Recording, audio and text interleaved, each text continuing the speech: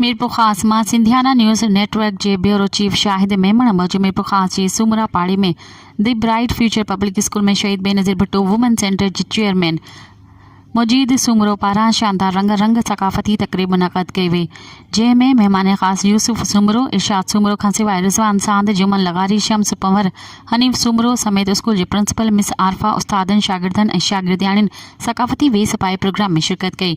जिते स्कूल के बारड़नि तनीशा, सवेरा, रमशा, शहजाद, हशाम, ज़ाकिर सिंध के मुख़्तलिफ़ क़ौमी गीतन मोर थो टिल्ले राणा, अदी मुंजो, छ लड़ो ऐं हो जमालो ते सकाफ़ती टेबलोज़ पेश करे तकरीब में इंड लठी रंग विखेरे छॾिया। जिते तकरीब में वेठल शागिर्दनि तोड़े उस्तादनि अजरकूं हवा में लहराए सकाफ़ती गीतन ते रक़्स पेश कंदा रहिया।